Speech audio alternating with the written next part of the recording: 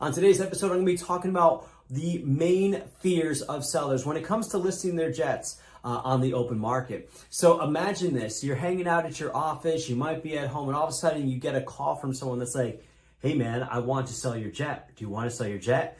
And you get these calls on a constant basis, and you're probably like, this is ridiculous. And to be honest, I understand. And that's one of the parts of the job that I love, meeting new people, but I feel bad sometimes when it comes to interrupting their day. I want to make sure it's worth their time, energy, and effort, just like when my day is up interrupted by a cold call. So I understand that a lot of times sellers are afraid of advertising their jet for sale. And there's a couple of really good reasons why.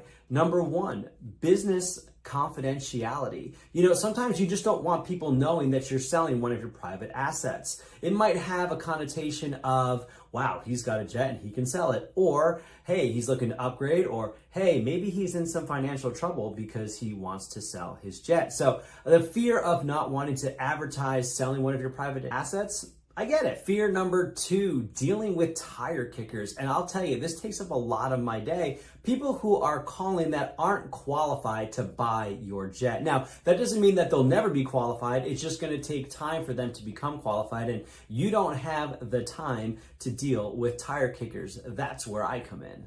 And the third fear that people have when listing their jet is they've worked with brokers before and it wasn't a good experience. Maybe they had some hidden fees or long-lasting contracts, or the broker themselves was just annoying.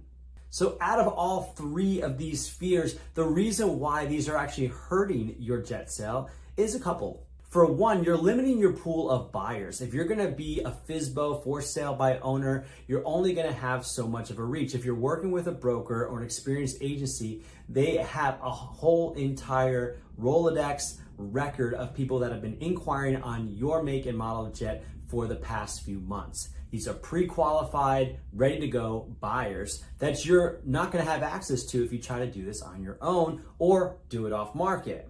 The other reason why it's hurting your chances to sell is because it takes on average 8 to 10 exposures for someone to even pick up the phone and inquire on your jet. So if you're only doing this off market, that means that people aren't gonna really know about the fact that your plane is for sale, and it's gonna take them even longer to pick up the phone and inquire for more information. What it all boils down to is it takes volume for you to get the best deal on your jet. And I know that's what a lot of sellers are looking for, but they don't have the time to post all over the place. They don't want to post all over the place, and they don't want to deal with the tire kickers. So if you're not going to put your plane on the market publicly, let's look at a few options. Number one, you can put your plane on the market and just take away any identifying information, tail numbers or serial numbers.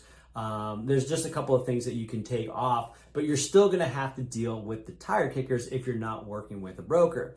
Now, the other thing you can do is you can work with a broker to exclusively represent your aircraft off market.